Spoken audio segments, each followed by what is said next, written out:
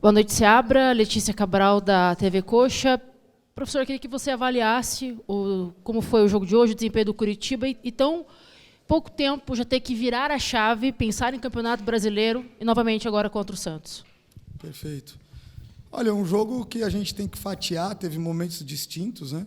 Um início de jogo em que a equipe foi muito agressiva, pressionando alto, recuperando muitas bolas, tendo algum volume ali próximo do gol, o chute do Ronier, a bola cruzada o chute cruzado do Lavega, o gol anulado, e foi bastante impositiva. E o Santos não conseguindo chegar, não conseguindo criar, e numa situação que nós tínhamos uma oportunidade numa roubada de bola do Seba de gerar uma chance de gol, sofremos uma transição, organizados, com superioridade numérica, e entrou o mérito do Santos, que conseguiu costurar bem, mérito do bom tempo, que leu espaço, que conseguiu fazer uma fuga, dar uma bela chapada. E aí o nosso time, nesse momento, não assimilou tão bem o gol tomado para um jogo eliminatório. Porque o que a gente fez nesse momento foi, por estar confiante de estar se impondo bastante, a gente continuou acelerando muito o jogo, atacando de forma rápida, dando muita bola longa, e acabou deixando o jogo mais vivo, né? Então, acho que a gente acabou sendo penalizado por essa dificuldade que a gente teve nesse momento de assimilar da melhor forma esse primeiro gol. Ainda assim, assimilou o segundo gol, conseguiu se impor, terminou o primeiro tempo com mais volume, pressionando o adversário, e fomos para o intervalo, sabendo da necessidade de buscar uma resposta mais rápida diante de um placar de 2-0 um pouco mais dilatado. Promovemos a entrada do Breno nesse sentido.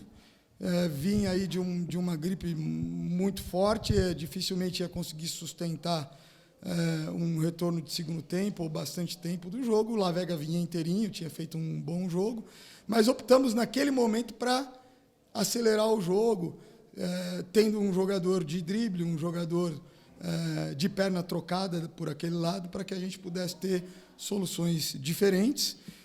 E o Santos conseguiu se defender muito bem, né? Baixou bastante o bloco, picou bastante o jogo, bastante demora para fazer todas as reposições, muitas faltas marcadas com contato mais brando do que no primeiro tempo.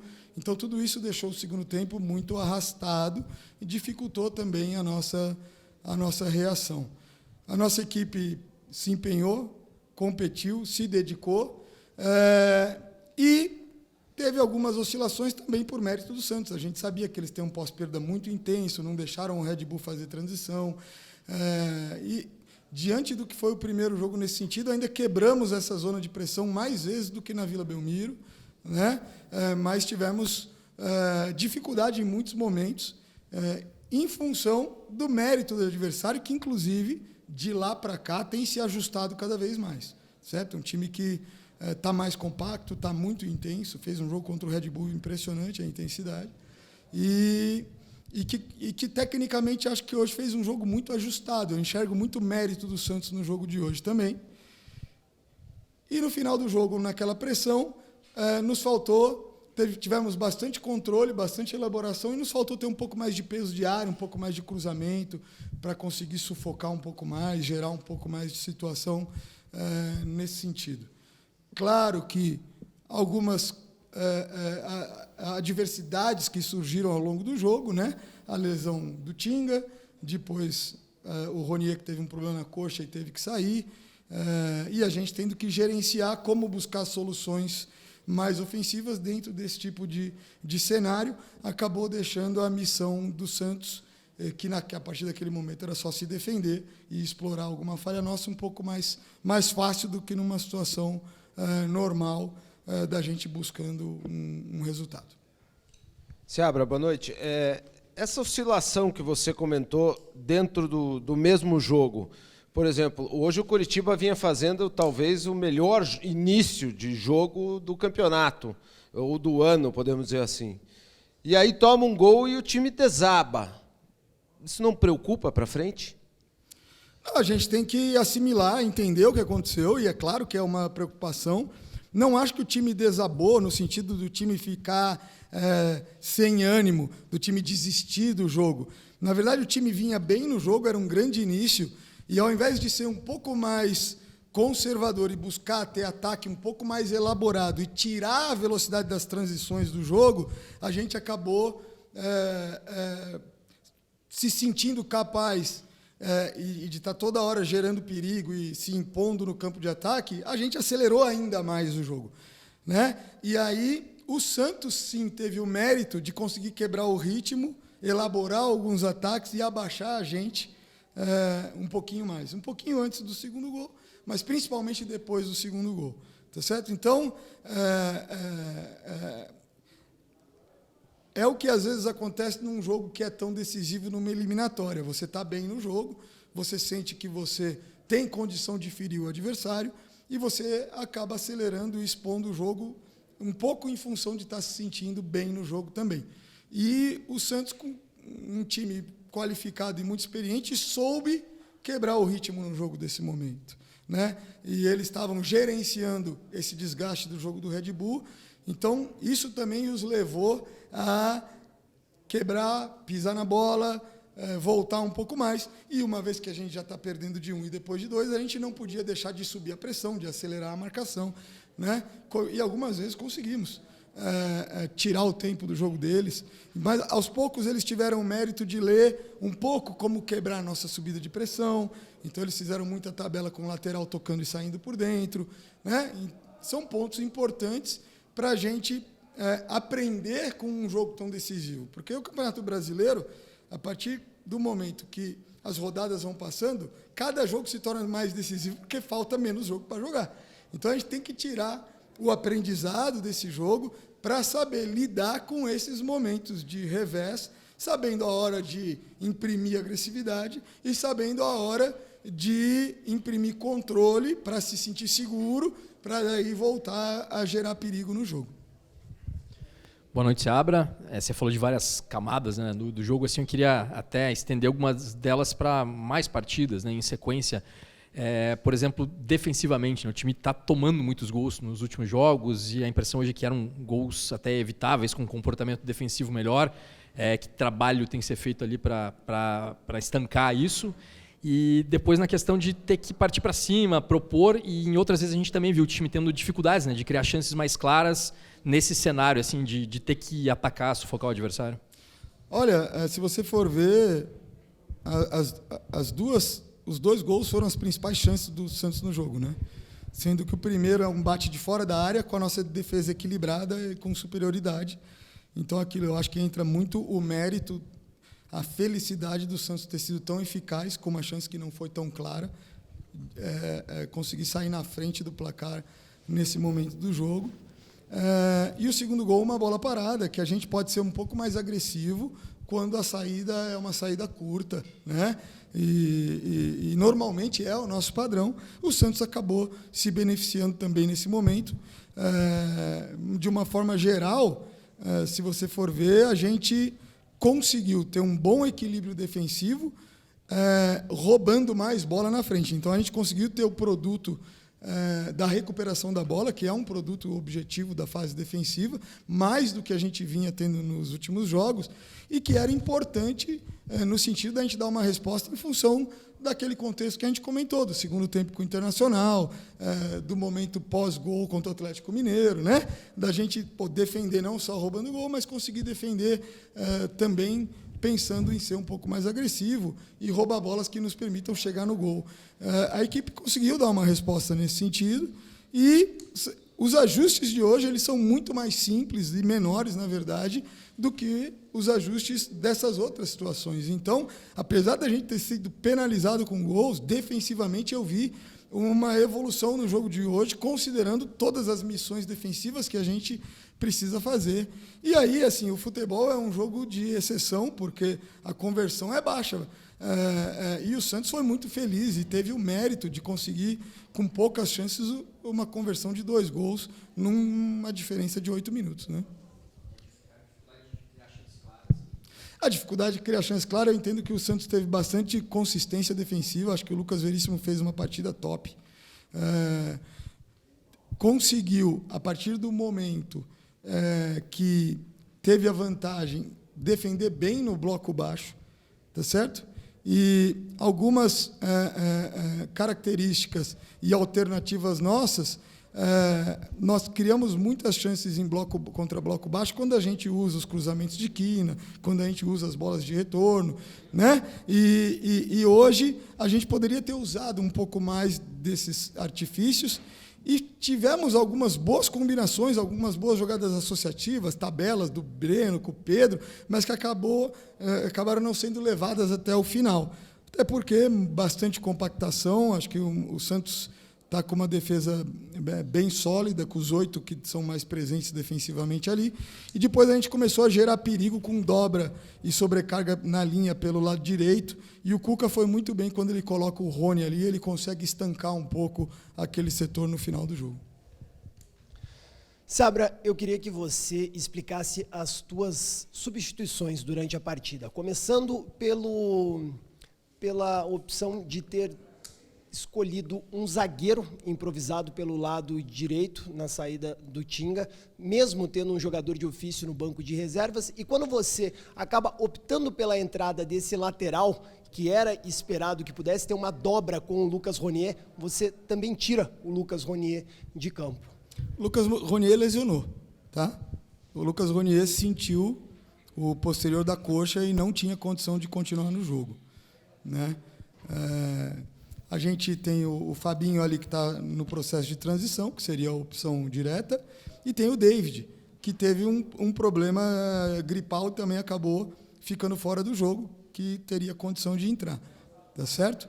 Então, o Renato, ele tem um histórico, eu conheço ele há muito tempo, de jogar de centroavante ou de ponta. Na base, ele jogou muitas vezes de ponta, na base do América, e aí a gente acabou optando pelo Renato. Poderia fazer ponta também o Gustavo, que vinha jogando no Catar nos últimos anos de ponta, mas que é um 10 de origem, tá certo? Desde a época de esporte, que a gente vem trabalhando como 10, mas o Gustavo já tinha entrado no lugar do Vini para fazer um volante mais ofensivo, né?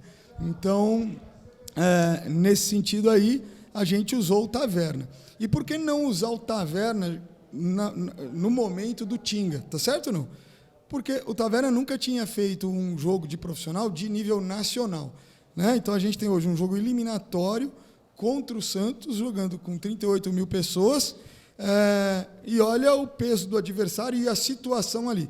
Depois que ele entrou bem e deu conta, é fácil. Eu também queria ter posto no começo lá.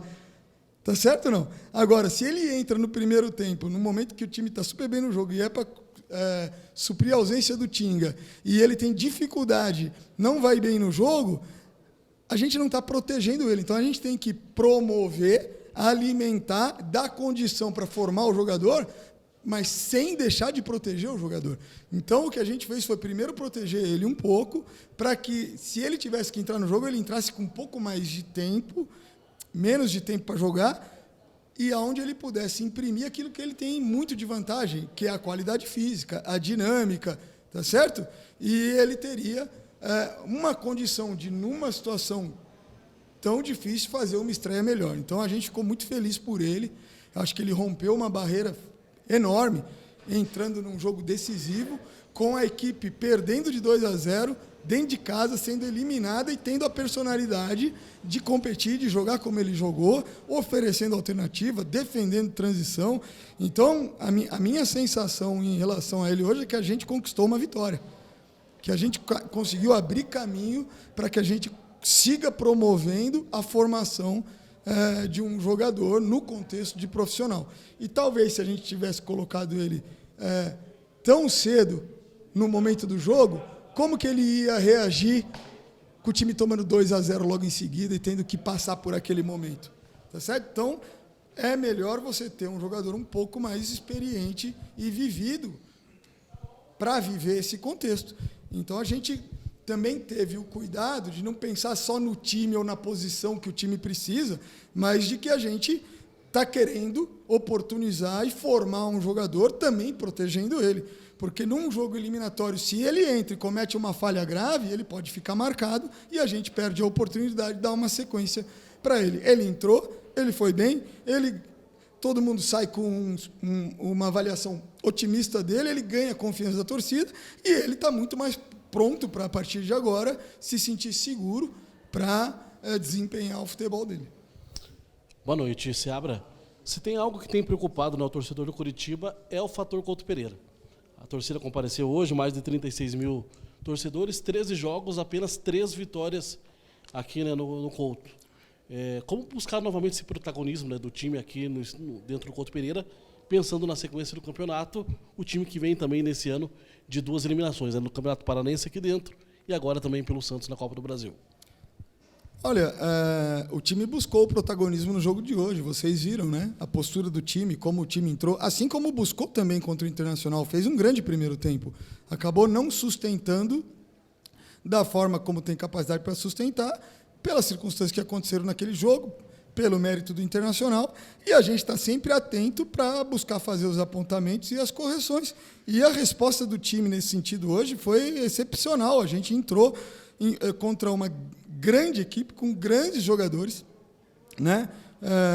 Jogadores de nível aí de seleção, e nós nos impondo com uma simbiose com a torcida contagiante, a torcida vibrando com cada dividida, com cada bola roubada no campo de ataque, com cada momento que punha o pé na bola, quando o Lavega tirou vários lances do Igor Vinícius, por exemplo, quando a gente repetiu marcação. Então, a gente também está buscando essa resposta de nós somos competitivos demais, extremamente competitivos, e não necessariamente é só de uma forma. Quando precisa buscar um resultado, a gente também é. Quando a gente precisa iniciar na frente, a gente é. E quando a gente estiver vencendo, é o nosso grande desafio nesse momento para que a gente consiga se manter mais tempo possível, ou mais próximo possível dessa maneira. E normalmente a gente sai vencendo. Então o que eu tenho que falar para a torcida é que normalmente a gente tem saído vencendo. O nosso desafio é a gente continuar produzindo mais a partir do momento que a gente está vencendo. Hoje acabou acontecendo da gente tomar o primeiro gol, mas isso fazia um certo tempo que não acontecia. Quando aconteceu foi contra o Vasco, e a equipe conseguiu fazer um grande segundo tempo e buscar o resultado. Agora, é isso. A gente tem que todo jogo se medir, a gente está contra grandes equipes, e isso nos permite enxergar com clareza os aspectos que a gente precisa melhorar, né? E isso não é de forma alguma nenhum tipo de desculpa, porque toda vez na Série A que vier alguém aqui vai ser uma grande equipe, e a gente tem que aproveitar para conseguir buscar proporcionar esses ajustes para que a gente possa pontuar em casa. Seabra, boa noite. Você falou do Taverna entrar bem, tudo mais. Você acha que, se precisar, ele já pode ser titular domingo no jogo lá contra o Santos? E também, aproveitando, falando do jogo de domingo, quanto você acha que essa eliminação aumenta a pressão para esse desafio que você falou, né? Já são 5 jogos sem vencer na temporada. Quanto que a eliminação aumenta essa pressão para a sequência do Brasileiro?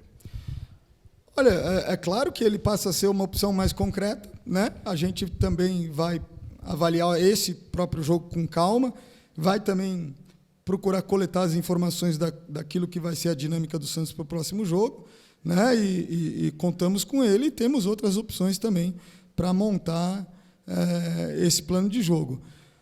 São 2 competições totalmente diferentes, né? Então a gente fez um grande jogo em Santos, poderia ter saído com a vitória, e foi esse grande jogo que nos deu o direito de sonhar, porque a gente trabalhou bastante e conseguiu trazer para a nossa casa. A nossa torcida veio junto, lotou, empurrou, e por causa de todo esse cenário positivo, a gente sente muito essa eliminação. Agora, a gente está muito ciente do que é o Campeonato Brasileiro, entende que nos últimos jogos a gente não venceu o Inter aqui por alguns pontos que, obviamente, a gente precisa trabalhar para melhorar, e por muitos detalhes. Faltaram 20 segundos para terminar o jogo, quando a gente tomou o gol. E o Internacional é um dos times que vinha na crescente. Quando a gente enfrentou o Santos lá na Vila Belmiro, eles não estavam na crescente. Hoje eles estão na crescente. A gente enfrentou o Fluminense aqui na crescente. Hoje eles já não estão tanto. Certo? Muitas equipes a gente enfrentou na crescente.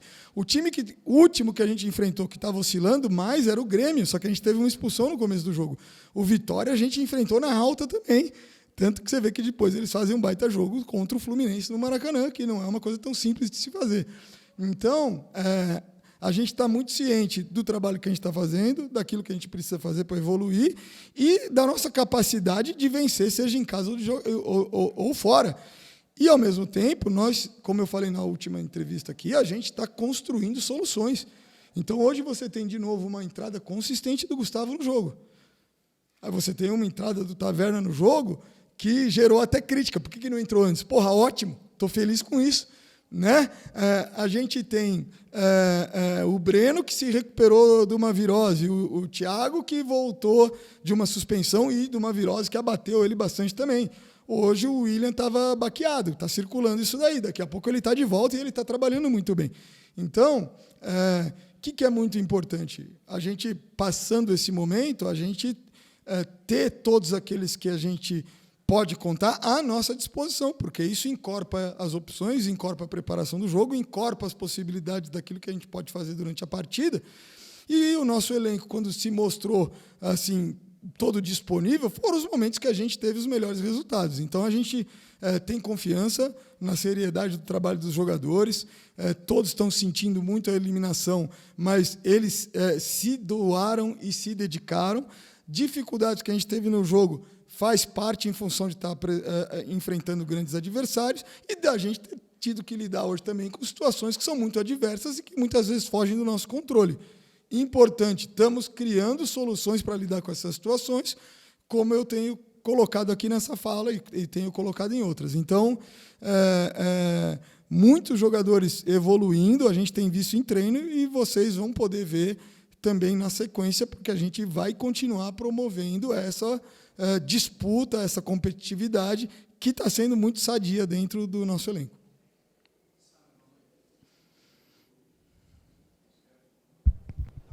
Agora sim. Tudo bem, Seabra? Boa noite. O Coritiba agora fica com uma competição apenas, né? Tem a questão da eliminação na Copa do Brasil, o que, é claro, é bom, entre aspas, em termos de calendário, mas chega numa fase já final, antes da parada para a Copa do Mundo, tem a pausa e vai voltar só com foco no Campeonato Brasileiro bem em breve. Queria que você fizesse uma avaliação do teu trabalho até aqui e também se o Coritiba precisa reforçar o elenco, já que hoje muitas baixas, né, com certeza prejudicaram o Coxa também. Olha, interessante, né? A gente teve algumas vitórias no início do Brasileiro aí, mas com muito mais problemas táticos e muito mais inconsistências do que a gente tem tido agora, né?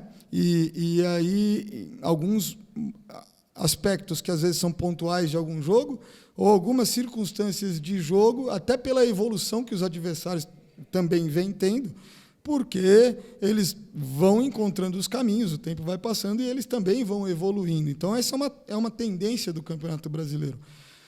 Todos os jogos que nós estamos fazendo, nós estamos sendo extremamente competitivos.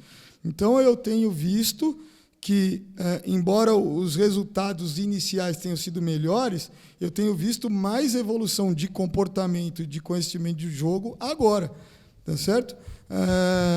Então, a gente tem que ter convicção naquilo que a gente faz, a gente tem que ter persistência, né? E a gente tem que ter também, lógico, capacidade de aprender, flexibilidade, adaptabilidade para encontrar soluções de plano de jogo, soluções de elenco, e a gente está muito atento e alerta em todos esses sentidos.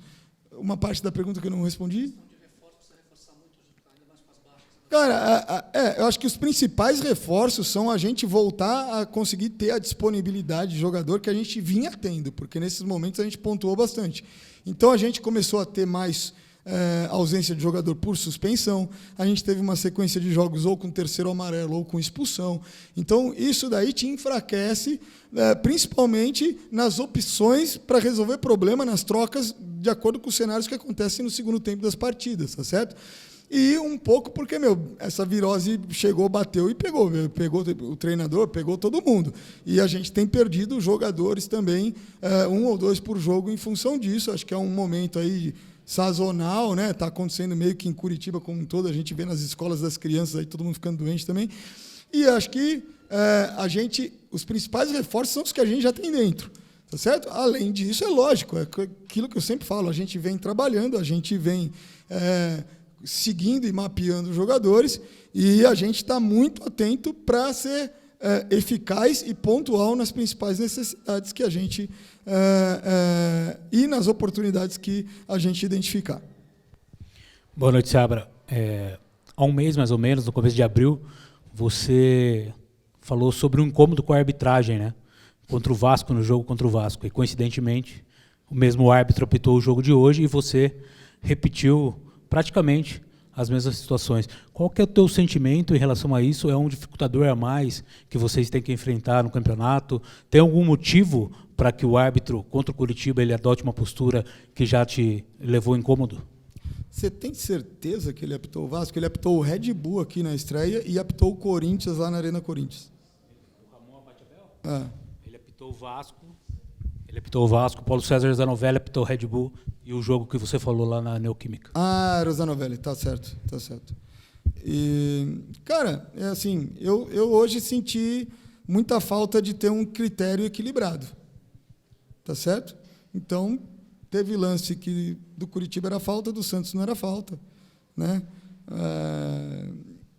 Acho que também acabou sendo conivente com as paralisações, com a quebra do ritmo do jogo. Teve muito pouco tempo de bola em jogo hoje, né? E não acho que teve uma coerência de critério e, de uma forma geral, entendo que a gente foi bastante prejudicado nas marcações de falta hoje, né? Se você for ver aí, vocês podem fazer o levantamento.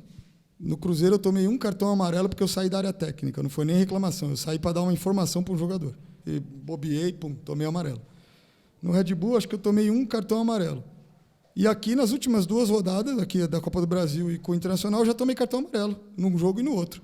Teve uma falta que o Wagner marcou do Ronier, que foi uma falta absurda do Bernabé no Ronier, e que seria, no mínimo, amarelo. Então, assim... Só o fato de eu não ter um histórico de tomar amarelo e me irritar tanto aquilo que está acontecendo dentro do campo já responde a sua pergunta, né? Porque realmente não está tendo isonomia, infelizmente. Seabra, a atmosfera da torcida estava bem bacana ali, principalmente nos 10 primeiros minutos, onde conseguiu empurrar bastante a equipe, vocês chegaram até a fazer um gol anulado. Queria que você falasse, ali naquele momento que você tira o Ronier, você já explicou, claro, que ele estava machucado, você acabou sendo criticado por alguns torcedores, puxaram um coro ali, e no final também a torcida pediu raça para o elenco. Você acha que faltou raça aos jogadores? Como é que você vê essa cobrança da torcida para extrair o máximo dos jogadores em campo? Cara, eu acho que a gente tem que ser compreensivo com a torcida, cara. O time que ela ama está sendo eliminado em casa, numa circunstância que a gente construiu ela toda positiva para conseguir competir melhor até o final por essa classificação e acabou não acontecendo. Então é um momento de frustração. A gente tem que saber receber, ter respeito em relação a isso e, sendo profissional, saber assimilar e saber trabalhar. Então, não tem problema nenhum. Em relação à torcida me criticar, ela não sabe que o jogador sentiu, então também não tem problema nenhum. Eu tirei porque eu não tinha escolha, não era uma escolha que eu fiz e a torcida está achando que é uma escolha minha, né? Então, são cenários que acontecem no futebol e a gente está acostumado com isso, né? E raça não faltou. A raça não faltou, isso daí não faltou, mas de forma nenhuma, né? Então, você vê, a gente acabou transformando a desvantagem de estar com o Kozer como lateral numa vantagem, colocamos ele em cima do Escobar várias vezes, o Kozer ficou nas costas dele para esperar uma bola de quina, batendo corredor, um zagueiro fazendo isso, né? Campo inteiro, o Taverna entra se matando, o Josué teve um problema nas costas, tomou uma injeção no intervalo, voltou, terminou o jogo arrebentado, mas não deixou de competir. Felipe Jonathan contra o Internacional tinha tido febre no dia anterior, teve diarreia no dia do jogo, jogou quase 90 minutos. O Rangel estava gripado, não foi só os que não jogaram, tinha muita gente capenga dentro do campo. E a gente bateu todos os recordes de distância de alta intensidade no jogo contra o Internacional. Então, se tem uma coisa que esse elenco está fazendo é dar a vida, os caras estão dando a vida. Estão dando a vida. Então, todas as críticas em relação ao treinador, a substituição, a questões técnicas da gente não ter acertado finalização, da gente ter falhado tabela, da gente ter roubado bola e não ter aproveitado melhor uma chance.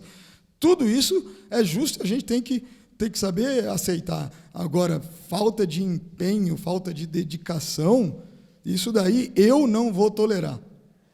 Tá certo? A gente cobra muita intensidade no treino, a gente cobra muita intensidade no jogo, a gente tem um código de competitividade. Vocês podem ver que tem jogadores que no início do ano não tinham tanto essa pegada e estão mostrando essa pegada agora quando jogam ou quando entram. Então, esse é um ponto que eu posso tranquilizar a nossa torcida, de que comprometimento com esforço e taxa de trabalho são valores nossos. A gente era um time que, em relação ao começo do ano, estava no quadrante menos desejado em relação às ações de alta intensidade da Série A do Campeonato Brasileiro, e o nosso time hoje está subindo, já está na média da competição. Em alguns aspectos de ritmo de jogo, a gente já está entre os melhores da competição. Então, tudo isso, nas poucas semanas que a gente tem aberto, todo mundo treinando com a corda esticada e se matando para evoluir. Então, a gente vê hoje os retornos do Breno em transição, por exemplo. A gente vê o Josué, um jogador de 35 anos, repetindo marcação para frente, repetindo marcação em goleiro. Então, assim, está tendo um nível de dedicação e de empenho muito grande. O Seba, com 32 minutos do segundo tempo, no último jogo ele correu 12 quilômetros.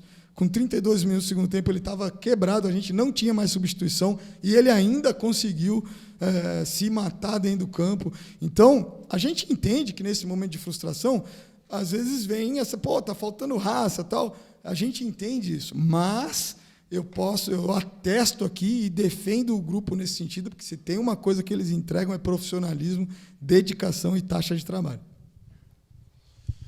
Seabra, boa noite. A gente conversou agora há pouco com o Jaci, e eu até comentei com ele que, pelo menos na parte aguda ali da criação dos gols, o Neymar não havia participado. E se isso era algum indicativo de que o trabalho tinha sido bem feito do sistema defensivo.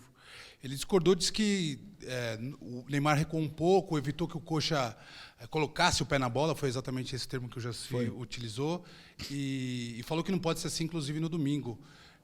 Queria que você avaliasse, a lógica é toda uma engrenagem, a gente conversa aqui na coletiva, você fala muito sobre isso, todo o sistema, tudo que envolve um jogo de futebol, mas queria que você falasse dessa peça especificamente da engrenagem do Santos, do Neymar, que você viu hoje. Cara, eles conseguiram fazer um gol numa situação ali mais ou menos, eu não tenho, de 3 contra 6, né? Esse foi o gol que eles fizeram. Então, o que o Neymar faz ali, ele percebe o nosso movimento de estar defendendo um contra-ataque e descer, e ele recua e faz uma fuga para dentro. Quando ele faz a fuga para dentro, ele não ia ter muita opção ofensiva. Nessa hora, o Bom Tempo foi brilhante, porque ele atravessa nas costas do volante, ele troca de ritmo, tem uma leitura de espaço, e a gente fala qualidade de tempo e espaço. E por fazer esse movimento, o Neymar consegue fazer um passe entre os nossos 2 jogadores de meio, quebra essa janela, e aí vira uma situação de ataque à última linha. E aí o Bom Tempo fez uma jogada de ponta esquerda, pô.